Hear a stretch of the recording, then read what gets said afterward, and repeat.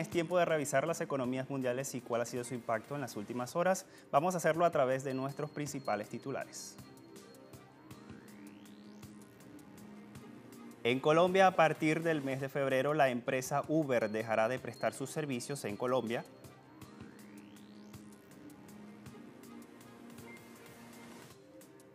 Voceros del sindicato Inquilinos e Inquilinas de la ciudad de Barcelona, esto en la región de Cataluña, alzaron su voz exigiendo mejores condiciones para acceder a una vivienda digna. China sigue implementando sus políticas sociales para disminuir la pobreza. En Economía 360 ampliamos los detalles.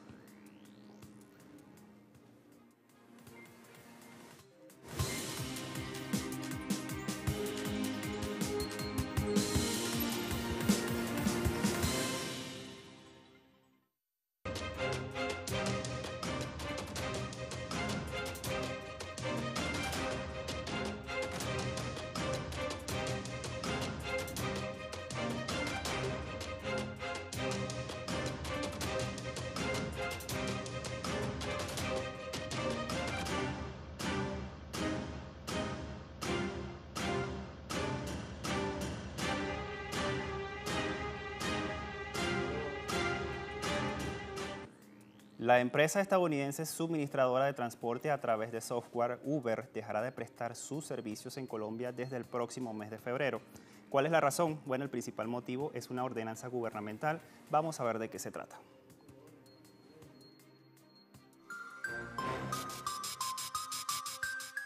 Mediante un comunicado, la empresa de transporte estadounidense, mejor conocida como Uber, saldrá del mercado colombiano a partir del 1 de febrero, tras una prohibición ordenada por el gobierno colombiano. El fallo de la salida de Uber fue producido por la Superintendencia de Industria y Comercio el pasado 20 de diciembre.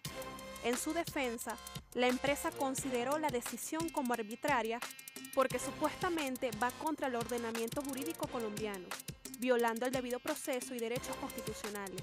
La superintendencia había ordenado la suspensión de Uber para resolver la demanda interpuesta por la compañía Cotech S.A., que presta servicios de telecomunicaciones a una empresa de taxis.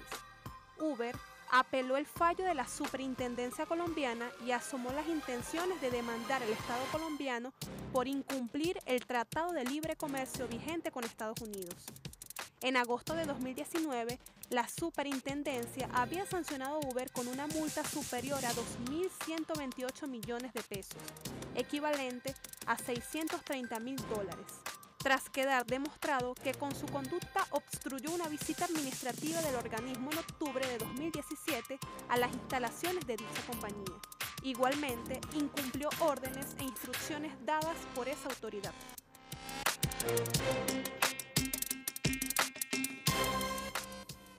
El nuevo gobierno de Uruguay, que comenzará funciones el 1 de enero de 2020, asomó tarifazos sobre servicios prestados por empresas públicas. Frente a este planteamiento de agrupación Un Solo Uruguay de no ajustar las tarifas, el futuro ministro de Industria, Energía y Minería, Omar Paganini, dijo que todavía no hay una respuesta formal. Sin embargo, cree que es difícil aceptar la propuesta del movimiento porque lamentablemente los costos en un año y en pesos han cambiado mucho. Asimismo, expuso que la libre importación de combustible no está descartada y se estudian opciones de los costos para ver si se pueden optimizar. Sobre la compañía Montevideo Gas, actualmente en manos del Estado por el retiro de la compañía brasileña Petrobras, señaló que la misma funcionará con base a un fideicomiso, pero prevén conseguir interesados para administrarla.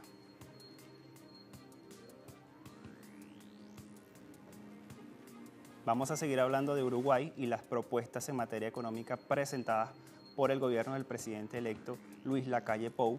Esta información la reseña así el portal Sputnik. Allí en el interior de esta noticia dice que la propuesta del presidente electo de Uruguay para que 100.000 argentinos se muden al país vecino junto a sus capitales genera entusiasmo entre el empresariado y analistas contrarios a la política tributaria de Argentina.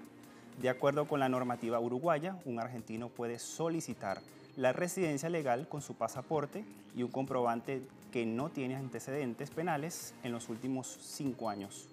Por ese motivo se puede inferir que las medidas previstas por el nuevo gobierno estarían centradas en facilitar trámites para que los argentinos obtengan la residencia fiscal en Uruguay. De acuerdo con el politólogo Leandro Querido, Uruguay y Paraguay compiten para atraer capitales argentinos, bien sean de personas físicas o jurídicas, algo que considera una imagen del fracaso económico.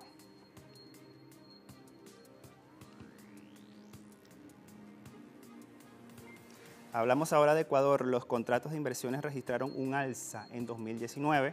El Comité Estratégico de Promoción y Atracción de Inversiones aprobó un total de 53 contratos de inversión por un monto de 1.150 millones de dólares. Dichos contratos, se traducen en la generación de 6.902 empleos, según el Ministerio de Producción, Comercio Exterior, Inversiones y Pesca. El sector más beneficiado fue el manufacturero, que concentró 57% de los nuevos contratos en relación al año pasado. El número de contratos de inversión aumentó 130% y el monto de inversión 30%, mientras que el número de empleos subió 111%. Después de la manufactura, el turismo fue el segundo sector que registró más captaciones de inversión con 12% de esos contratos. También las autoridades ecuatorianas registraron inversiones para el suministro de electricidad, gas, vapor y aire acondicionado, y también transporte y almacenamiento.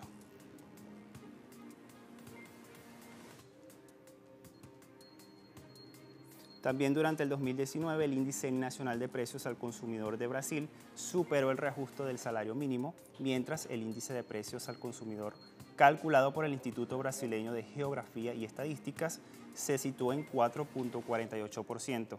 El aumento del salario mínimo fue de 4.1% y estas cifras demuestran que solo hubo una pérdida en el poder adquisitivo de los trabajadores, un evento que se ha repetido en los últimos 2 años. El salario mínimo, según el portal brasileño Dafato, es referencia para más de 49 millones de personas y sirve como base para pagos de jubilados y también de pensiones y otros beneficios. Tan solo el pasado mes de diciembre, el índice de precios registró un alza de 1.15%, siendo el más alto desde el mismo mes del año 2002. El alza estuvo influenciada por los precios de alimentos, que subieron 3.38%, así como gastos de transportes y personales.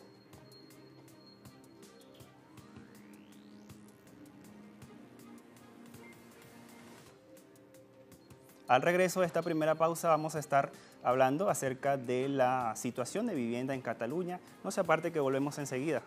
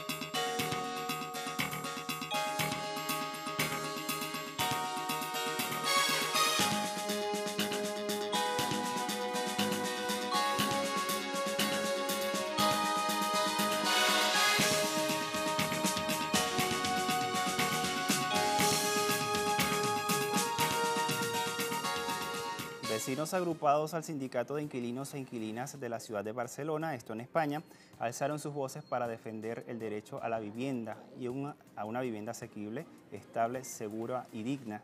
El gremio ya presentó observaciones a un decreto de ley que fue llevado recientemente al Parlamento catalán, que incorpora cambios sustanciales sobre el derecho de los inquilinos, pero dejó por fuera otros puntos que aquí se los vamos a presentar a continuación. En marzo de 2019, el gobierno de la Generalitat presentó un decreto de ley de medidas urgentes en materia de vivienda, que finalmente tuvo que retirarse. En dicho periodo, el Sindicat de Llogateres denunció el secretismo con el que se había elaborado el instrumento, así como una parte importante de sus contenidos. Tras una serie de debates en medios de comunicaciones, se logró llevar al Parlamento catalán una versión mejorada del mismo decreto de ley, que asume medidas con un amplio apoyo social y comporta un importante avance en la lucha por la vivienda, dando continuidad al espíritu de la Ley 24/2015. Sobre la emergencia habitacional se amplían supuestos de alquiler social, para que grandes propietarios concedan alquileres sociales por debajo del precio del mercado a personas en situaciones de vulnerabilidad. Dichos alquileres serán de 7 años, en consonancia con la Ley de Arrendamientos Urbanos, y se podrán hacer a personas a las que ya se haya terminado el contrato, extinción de contrato. También habrá alquiler social para las familias que lleven un mínimo de 6 meses viviendo en la vivienda sin título habilitante. El sindicato de inquilinos considera pertinente ampliar que la medida obligatoria pase de 3 a 6 años. Igualmente se amplía el concepto de gran propietario. Se determinará así a todo aquel que tenga un mínimo de 15 viviendas. El concepto incluye no solo a las personas físicas, sino a los fondos de capital de riesgo y los de titulación de activos. El sindicato considera que debe encontrarse una manera de que los rentistas, que cuentan con al menos 5 viviendas en alquiler, tengan también obligaciones sociales diferenciadas de los pequeños propietarios. Asimismo, los criterios para determinar si un hogar está en situación de vulnerabilidad o exclusión social se basan en los que ya aparecían en la Ley 24/2015, es decir, los hogares que poseen ingresos entre 1.517 euros al mes, si se trata de una persona, 1.955 euros cuando sea una pareja o familia monoparental y 2.039 euros para familia de 3 miembros.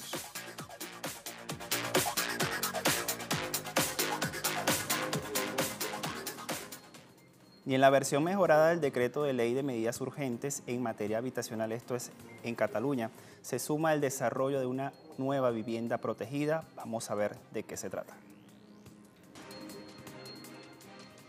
La nueva vivienda protegida lo será a perpetuidad. Según el Sindicat de Llogateres, esto afecta a las viviendas de protección oficial situadas en terrenos de patrimonio público, como en suelos reservados. Con la norma no se podrá privatizar y siempre tendrá un precio regulado. De esta forma se resuelve una anomalía histórica y se acerca el modelo catalán a otros como el vasco, que lo establece desde 2003. Igualmente, los promotores deberán aumentar el porcentaje de vivienda protegida. Los estándares de reserva de suelo para viviendas de protección pública deben ser de 50% en suelo urbanizable delimitado y 40% en suelo urbano no consolidado. La mitad de las reservas obligatorias de vivienda protegida se destinarán al régimen de alquiler y la otra mitad se puede destinar a la compra y venta. La comercialización de la vivienda protegida estará sujeta a un precio determinado, frenando la especulación con la vivienda pública. Sobre el índice de precios de la Generalitat, el mismo deberá aparecer en las ofertas y los contratos de alquiler.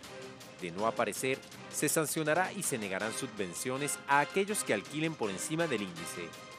El gremio de inquilinos de Barcelona señala que el decreto no aborda la regulación de alquileres en el mercado privado, ya que esta es una cuestión que no depende de la Consellería del Territorio, pero consideran que es un tema absolutamente prioritario.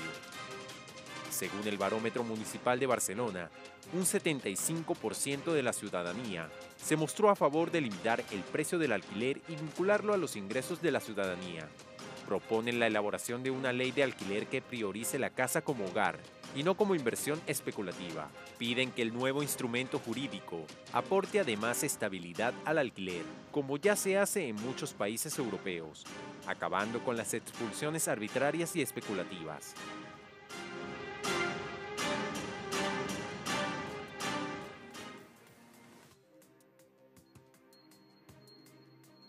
Justifican la lucha de los inquilinos de la región de Cataluña. Por ejemplo, en Barcelona, 30% de los vecinos y vecinas viven alquilados, una cifra que supera la media española, según el sindicato Llogateres. Sin embargo, continúa lejos de otras ciudades europeas como Berlín, Ámsterdam o París, donde el alquiler representa más del 60% de las viviendas, pero mucho más protegido por ley. La nueva burbuja inmobiliaria en Barcelona fue de 9% en el último año. Esto avanza mientras las condiciones de los trabajadores se precarizan y se multiplica el riesgo de exclusión residencial. 83% de los desahucios de Barcelona en 2015 fueron por impago de alquiler. El precio medio de pisos en la ciudad española es de 801 euros, pero 1 de cada 3 trabajadores cobra menos de 843 euros al mes. De acuerdo con el Consejo General del Poder Judicial en Cataluña, se registran hasta 49 desahucios por día.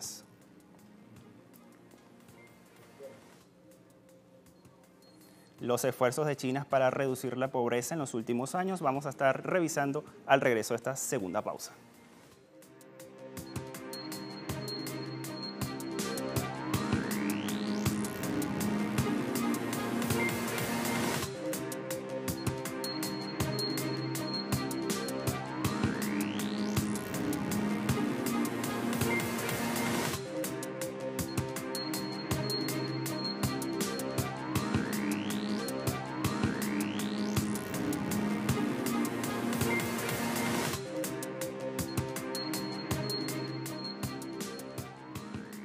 Fíjense que China no ha bajado su guardia y sigue trabajando en disminuir la pobreza. Tan solo en 2019 sacó de este flagelo a más de 4 millones de personas.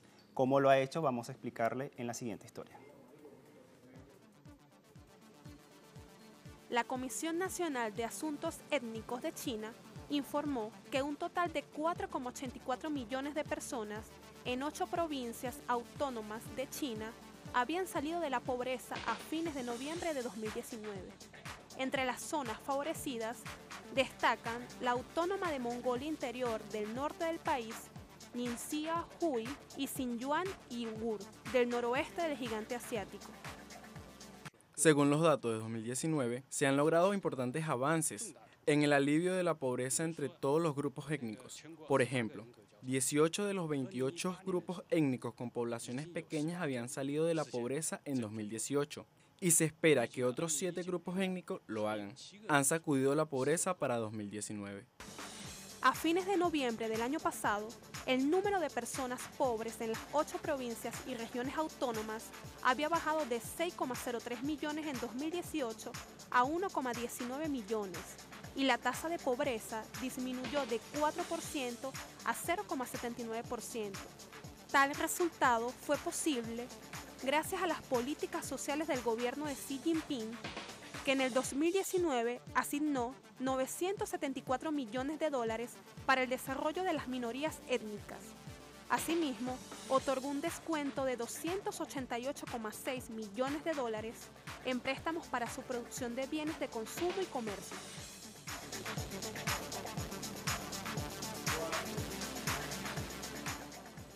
El gobierno de Estados Unidos, a través del secretario del Tesoro Steven Mnuchin, anunció la imposición de nuevas medidas coercitivas contra el pueblo de Irán.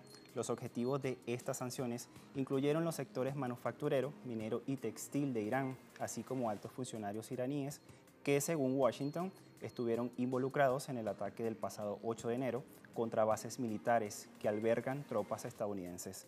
Además, el Departamento del Tesoro impuso sanciones secundarias a empresas chinas involucradas en el sector de metales de Irán.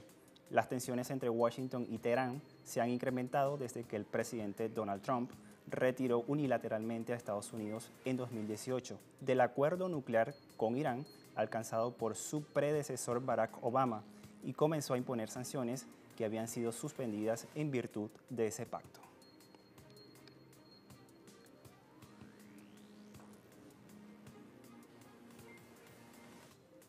En Kenia, grandes enjambres de langostas acechan a varias zonas de este país. El ministro de Agricultura de Kenia, Wanji Kiunjuri, dijo que las langostas representan una amenaza a la seguridad alimentaria y los medios de vida del país. Asimismo, acotó que el gobierno había obtenido pesticidas y 2 aviones para rociar las áreas afectadas por dichas plagas. Las langostas han llevado a lo que la Organización de Naciones Unidas para la Agricultura y Alimentación, FAO, ha denominado la peor situación en 25 años en el Cuerno de África. En este contexto, países como Etiopía y Somalia han sido víctimas de estas plagas que han infestado a unas 70.000 hectáreas de tierra en dichas naciones.